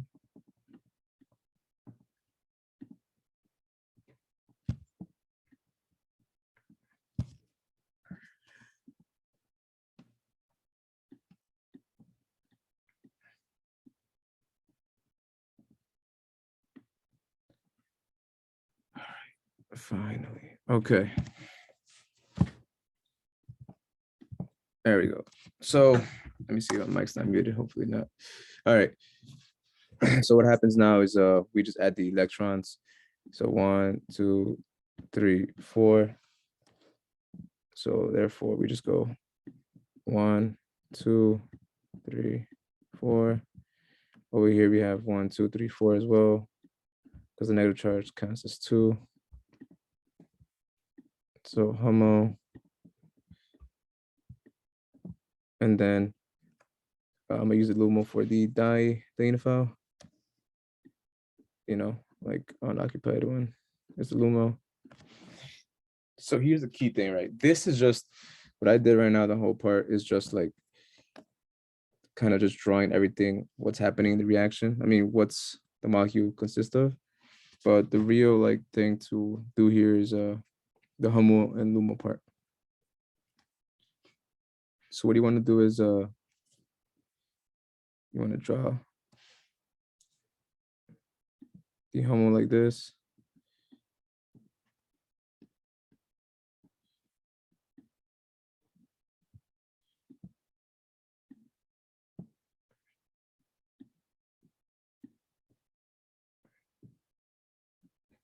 The LUMO, right? Like right here. Let's draw that thing.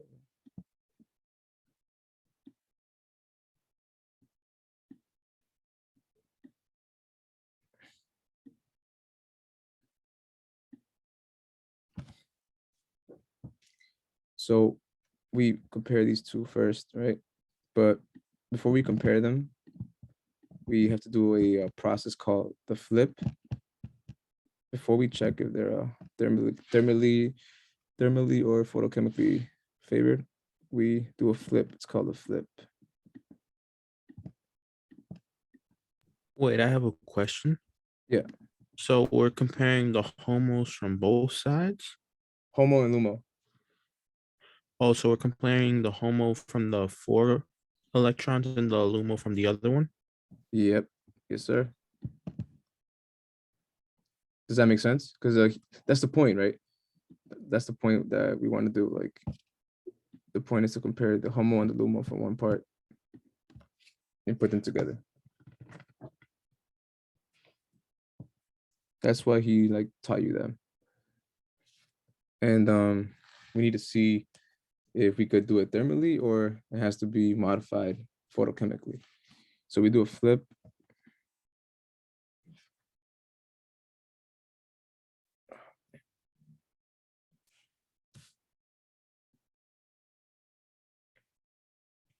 Oh, just give me 1 second.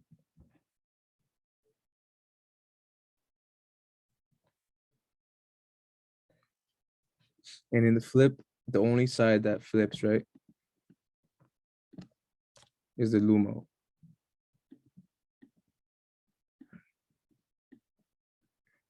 It's just a process, right? There's nothing like to like know.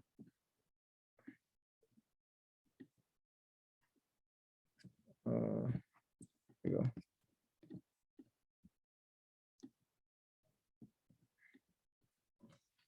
So we leave the HOMO the same. So that stay the same.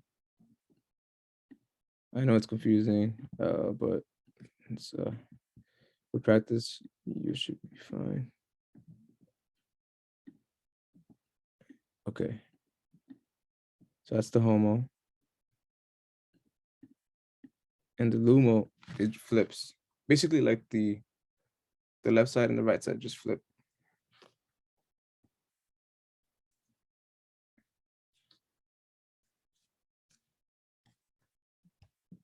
And then it'll be like that.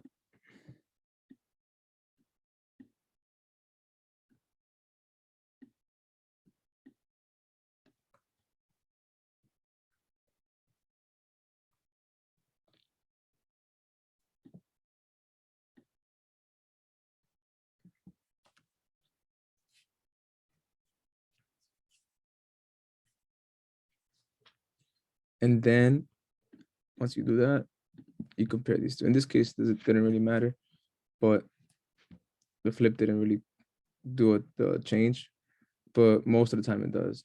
But the flip is where we start checking. So we compare the two ends of the HOMO and the LUMO afterwards. And in order to be compatible, right? If you look at, I'll put this as 2 and 1. If you look at 2, you see how both of them have, it's not shaded. If they're both not shaded on both sides, it's thermally allowed. So basically like they have to match. So if they don't match on both sides, then it's not thermally allowed, it's photochemically allowed. In this case, as you see, number 2 that I put in blue matches. So we look at number 1. Number 1, the LUMO, once it got flipped, we see that it's not shaded, and our HOMO is shaded, so they don't match. So therefore, it's not thermally allowed, it's photochemically allowed. Chris, can you explain how it was flipped? So in this case, the flip didn't really matter, but I'll show it right now.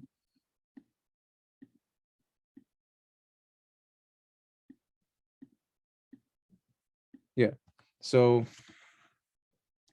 you see how the LUMO here is like, this is the original LUMO right here. I'm gonna circle it in pink, right? And then when we flipped, in this case, the flip doesn't matter, right? Because when we have 3 and there's 2 nodes, it's gonna be the same thing. But I want you guys to get used to the process, right? Because let's say, for example, right, why the flip is important. In this case, it didn't pertain, but it's important. Why? Because let's say this was our LUMO. I guess it'll be clearer with this. This was our LUMO, right? Not the third one. So look, it's in red. Let's try the original one first. It would look like this, the line, right? And then once we flip it, so here we'll be like, okay, are they photochemically allowed or thermally allowed? If we don't flip, right?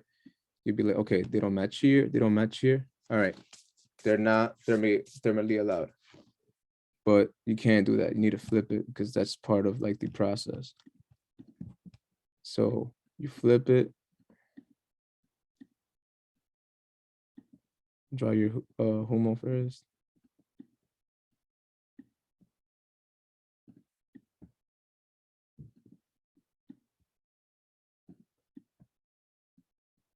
But once you flip it, the shaded part goes here, right? And the other part goes over here. Oh, okay, yeah, because before you drew it the same, and I was kind of confused on how like it It's flipped. because it was the same. See what I mean? Like the flip, I did flip it, but just the flip was the same. It's just like a coincidence, you know? Right. It would have even if it was on the bottom, it still would have been the same because of the nodes.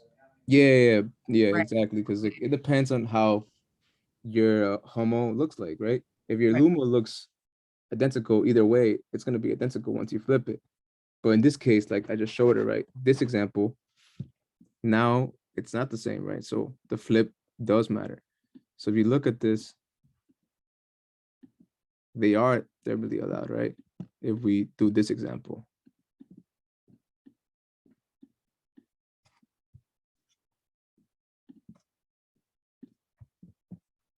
Did that make sense though? Was this example clear? Yeah. Okay, because the exam question was to trick you a bit. The flip had no impact, but still do it because you never know. That flip could help you out. All right. So I have a question about this. Yes, go ahead. Because it's our last So question anyway. So time's yeah, up. so if like for example, you had like 1 and 2, right? What if 1 matches but 2 doesn't match? Like I said, right? Let's go back to the original question, right? Let's go back.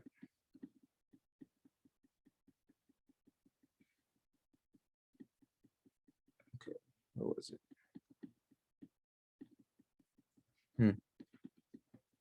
There we go. All right. So here's the actual question, right? See how 2 matches, but 1 doesn't match? Or ask the question.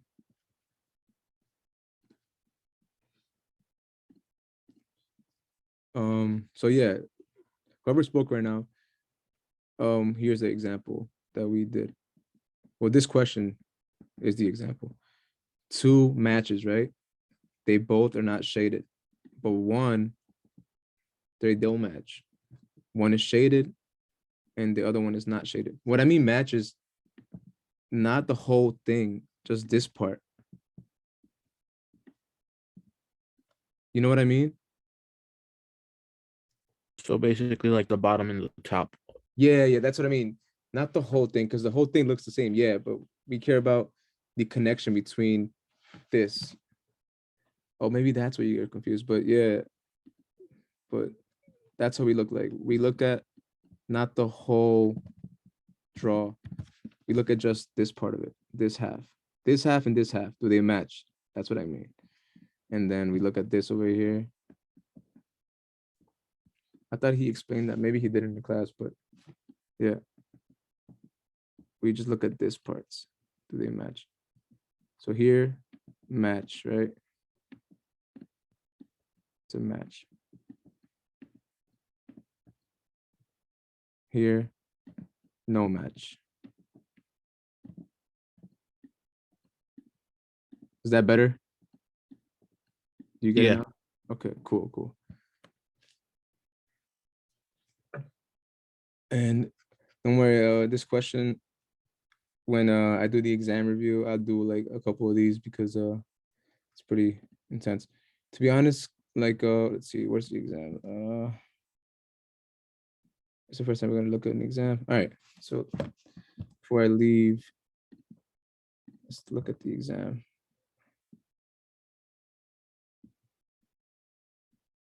All right, I'll tell you guys the questions that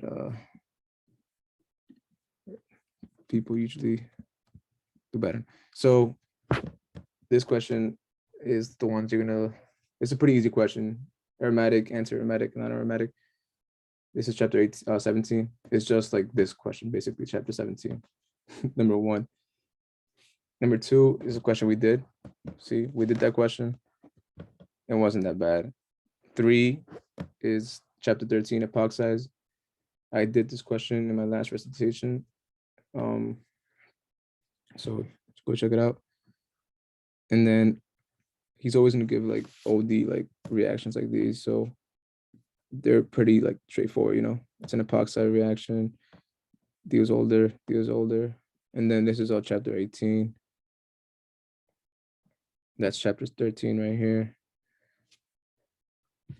I'll go over this once you guys learn about chapter 17. It's not a hard question either. Number 14. So the mechanism part, these questions are the ones that like usually people kind of struggle in, right? Because they're going to be pretty long, like 10 steps, 6 steps around there. And it's basically like what you did in Orgo 1, the mechanism, but just a lot more dense. Number 7, we did these. I think we did this one exactly. And then the synthesis, they're like light.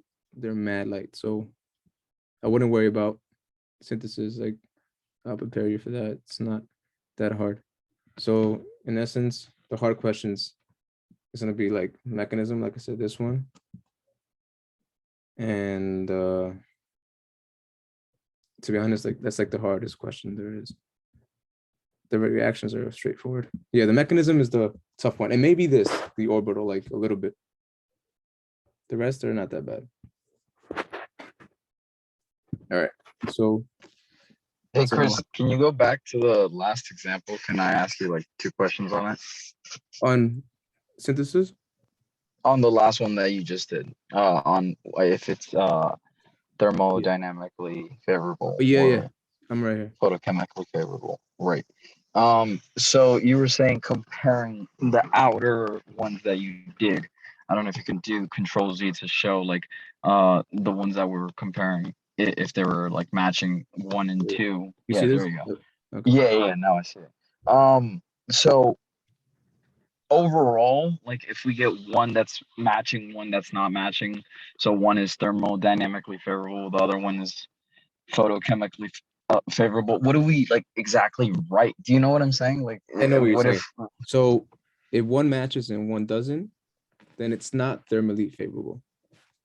so they all have to match? Exactly. Yeah. Okay, Yeah. perfect. So if one And doesn't match, yeah, go ahead.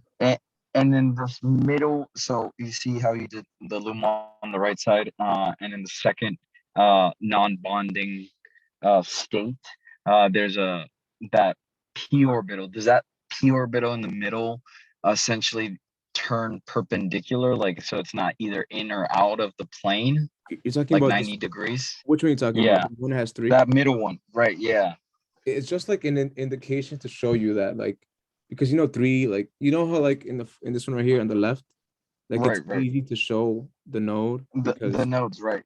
because But it's how, it's like, even. so the node is created because it's not in the plane. It's not Exactly. actually Yeah. not there. It's just not in the plane.